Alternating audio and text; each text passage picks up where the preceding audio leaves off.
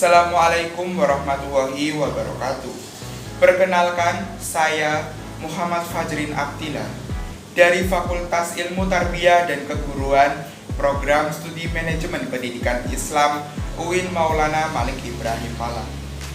Perkenankan saya pada kali ini untuk menyampaikan orasi dengan tema mewujudkan generasi muslim moderat dan peduli bangsa menuju Indonesia tangguh. Dalam konteksnya, di sini kita ambil simpelnya saja. Indonesia selalu diambang perpecahan karena perbedaan agama, karena perbedaan suku, perbedaan ras, serta perbedaan budaya. Dan penyakit utama rakyat Indonesia adalah terlalu fanatik dalam beragama. Terlalu fanatik atas pilihan mereka sampai-sampai mereka merasa paling benar. Dan orang lain yang tidak sependapat dianggap salah. Dan fanatik di sini notabene-nya adalah negatif. Karena sesuatu yang berlebihan, sesuatu yang fanatik itu tidak baik. Sikap moderat merupakan jati diri Islam yang merupakan hasil interpretasi dari Al-Quran dan hadis. Dalam Al-Quran terdapat ayat umatan wasotan dalam surat Al-Baqarah ayat 143. Umat muslimat surat Al-Baqarah ayat 128, umat wahidah surat Al-Baqarah ayat 213, dan surat Al-Anbiya ayat 92. Khairul ummah surat Ali Imran ayat 110, umat qaimat Al-Imran ayat 113, dan umat muktasidat Al-Maidah ayat 66. Moderasi dalam Al-Quran disebut dengan wasatiyah, diambil dari kata umatan wasotan. Secara kebahasaan, wasat adalah posisi tengah di antara dua sisi yang bersebelahan, keseimbangan atau tawazun. Islam moderat adalah satu karakter keislaman yang menekankan pada pemikiran dan sikap keagamaan yang nir kekerasan dan ekstremisme. Nah, dengan Islam moderat sendiri akan mengedepankan sikap menghargai perbedaan. Islam di Indonesia telah lama dikenal bersikap moderat, seperti dua organisasi Islam terbesar, yaitu Nahdlatul Ulama dan juga Muhammadiyah. Mereka memiliki reputasi tersebut. Keragaman atau pluralitas di kalangan umat Islam tercermin dalam berbagai bidang. Dalam bidang agama, akidah, ibadah, hingga tasawuf. Dalam bidang akidah ada Asy'ariyah, Qadiriyah, Jabariyah, Mu'tazilah, Maturidiyah, dan lain sebagainya. Dalam bidang ibadah ada mazhab Hanafi, mazhab Hambali, mazhab Maliki, dan juga mazhab Syafi'i. Dalam bidang tasawuf ada Qadiriyah, Naqsabandiyah, Satariyah, dan lain sebagainya. Namun dengan keragaman tersebut, sejumlah riset menunjukkan sikap intoleran mulai berkembang di Indonesia. Lalu, bagaimana cara mengembangkan sikap moderat?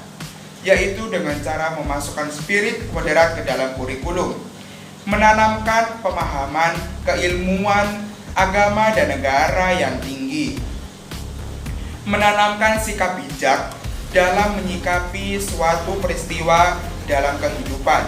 Jadi, para kaula muda seperti generasi Z atau Gen Z yang lebih kita kenal pada saat ini, pemikirannya tidak sempit, sehingga ketika mereka terjun di dalam masyarakat, mereka menjadi penengah dalam pemecahan masalah. Dan inti dari moderat beragama untuk mewujudkan Indonesia tangguh adalah menjadi moderat atau penengah, guna menciptakan kerukunan baik dalam umat beragama sebagai modal dasar bangsa ini menjadi kondusif dan maju menuju Indonesia tangguh. Tapi dalam konteks ini, kita harus menjadi moderat yang baik, moderat yang baik, moderat yang adil, moderat yang tidak condong dalam satu hal, harus lurus atau menjadi penengah di antara yang berselisih. Tolak ukurnya adalah seberapa kuat kembalinya penganut agama pada inti pokok ajaran. Seluruh agama itu memiliki pokok inti ajaran, yaitu nilai kemanusiaan melalui kemanusiaan. Maka, perbedaan agama di tengah masyarakat bukan menjadi persoalan yang mengganggu keharmonisan. Dan kesimpulannya, menjadi moderat bukan berarti menjadi lemah dalam beragama. Menjadi moderat bukan berarti cenderung terbuka dan mengarah kepada kebebasan. Sungguh salah besar jika ada anggapan bahwa seseorang yang bersikap moderat dalam beragama tidak memiliki iman, tidak memiliki militansi, atau bahkan tidak serius dan tidak sungguh-sungguh dalam mengamalkan ajaran agamanya. Oleh karena itu, pentingnya moderat beragama di dalam bangsa Indonesia, karena di Indonesia memiliki banyak sekali keberagaman. Dan di sini kita boleh memiliki kebebasan, tetapi harus tetap dalam jalan Allah Subhanahu wa Ta'ala. Sedangkan untuk peduli bangsa, peduli sendiri merupakan sebuah nilai dasar dan sikap memperhatikan dan bertindak proaktif terhadap kondisi atau keadaan di sekitar kita. Peduli adalah sebuah sikap keberpihakan kita untuk melibatkan diri dalam persoalan, keadaan, atau kondisi yang terjadi di sekitar kita. Bisa kita lihat saat ini, pandemi COVID-19 semakin naik. Kota Malang sendiri berada pada titik puncak level 4. Semua harus kita sadari, harus introspeksi diri dari diri kita sendiri. Merujuk pada slogan kemeriahan 76 tahun kemerdekaan Indonesia, yaitu Indonesia Tangguh, Indonesia Tumbuh. Sudah banyak warga masyarakat yang bebas dari cengkraman COVID, dan dari itulah diperlukan beberapa kebijakan seperti penerapan PPKM atau pemberlakuan pembatasan kegiatan masyarakat.